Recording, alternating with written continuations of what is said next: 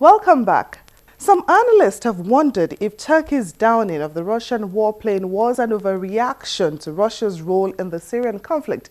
Now, I posed that question to my guest on the program, Dr. Wale Aderemi, and here's what he had to say. In two parallel, fights, if you like, against ISIS. There is a U.S. coordinated one, with Western powers. There is a Russian-led, attack. And I think, the impact of this, on both, will be different. But what I think, will be common is you probably, I expect to find, more proxy war, because of what has happened. And I'll explain what that means. I expect Russia, because if you look at the two, coordinated attacks on ISIS in Syria, they are both, targeted at, covert, but contrasting purposes. The Russian-led strikes, are supposed to be targeting ISIS, targeting in Syria, but there's a covert, what's it called, interest, that the Russians want to achieve. Again, ditto for the American-led, So for what I think will happen is, for Russia, they'll be more circumspect about going after Assad rebel groups, which they haven't stated, to be an interest in the fight against ISIS. But what they have actually been doing is to go after, pockets of, rebellious anti-Assad regime.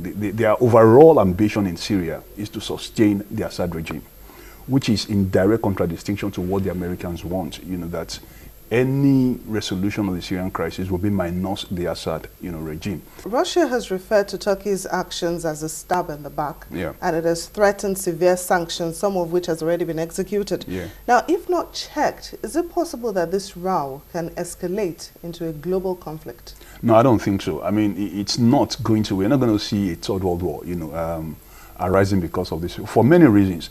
In international, even in the days of the Cold War, war on a global scale, on such a scale, especially a war in Europe, will be a very, very last option. Nobody wants to fight, not Russia, not... The Russians won't do that because, Turkey is a NATO member. You declare war on NATO, by Article 5 of NATO, you declare war on everybody, all of Western Europe plus the US. That is not a project I think the Russians want to undertake. NATO itself is not, they're not paying for a fight with Russia. They can't afford to.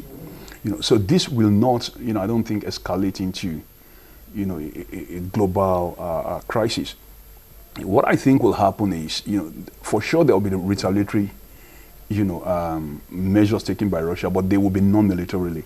Non-military, interventions.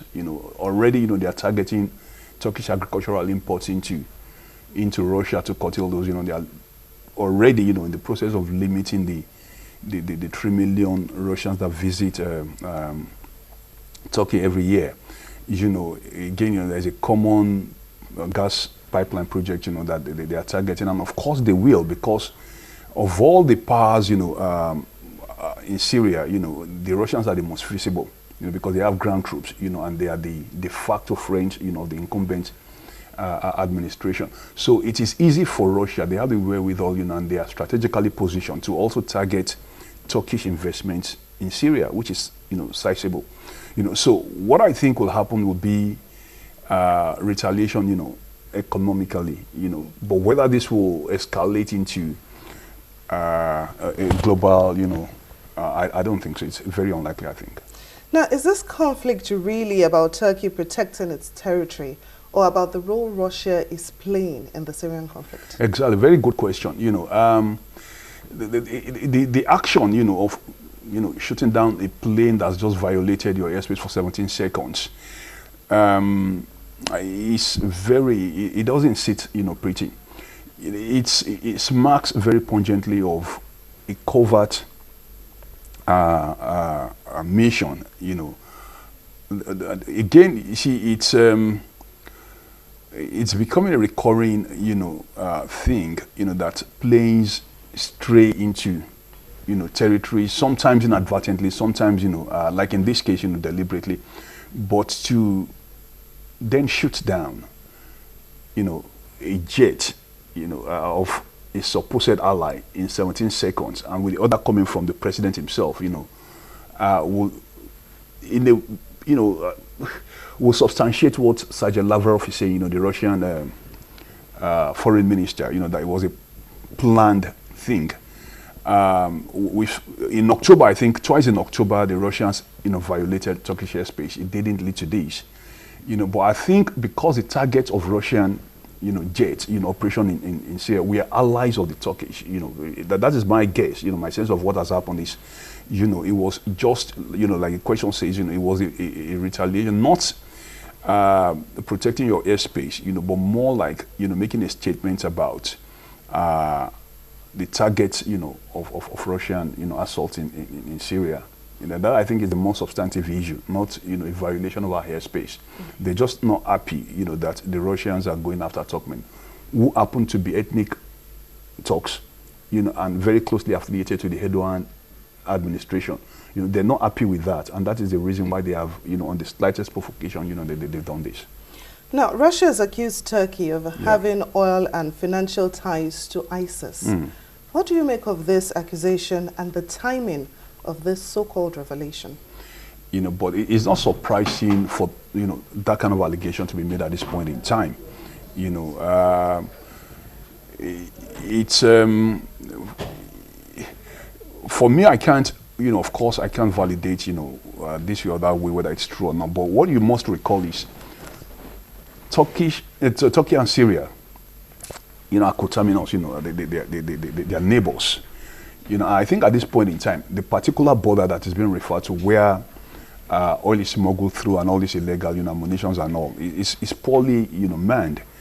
I wouldn't be surprised to, know if it is verified that yes, a lot of trafficking of, arms and oil, is going in the border. Whether it has official Turkish links, of course, I don't know what intelligence the Russians are depending on. But I will find that very, very difficult to believe for one reason. The Turks, are very central, in the American war against Syria. The Americans will not condone that, I think. That you're doing business with the enemy. I don't think so. But, I mean, stranger things have happened in international relations, and it just might be possible, that such a thing is going on. Well, finally, before I let you go, with the rise of ISIS and this row between Turkey and Russia, it sometimes seems like the world has forgotten that there is a civil war in Syria. Now, how can we draw attention back to that war, and how can that crisis be solved?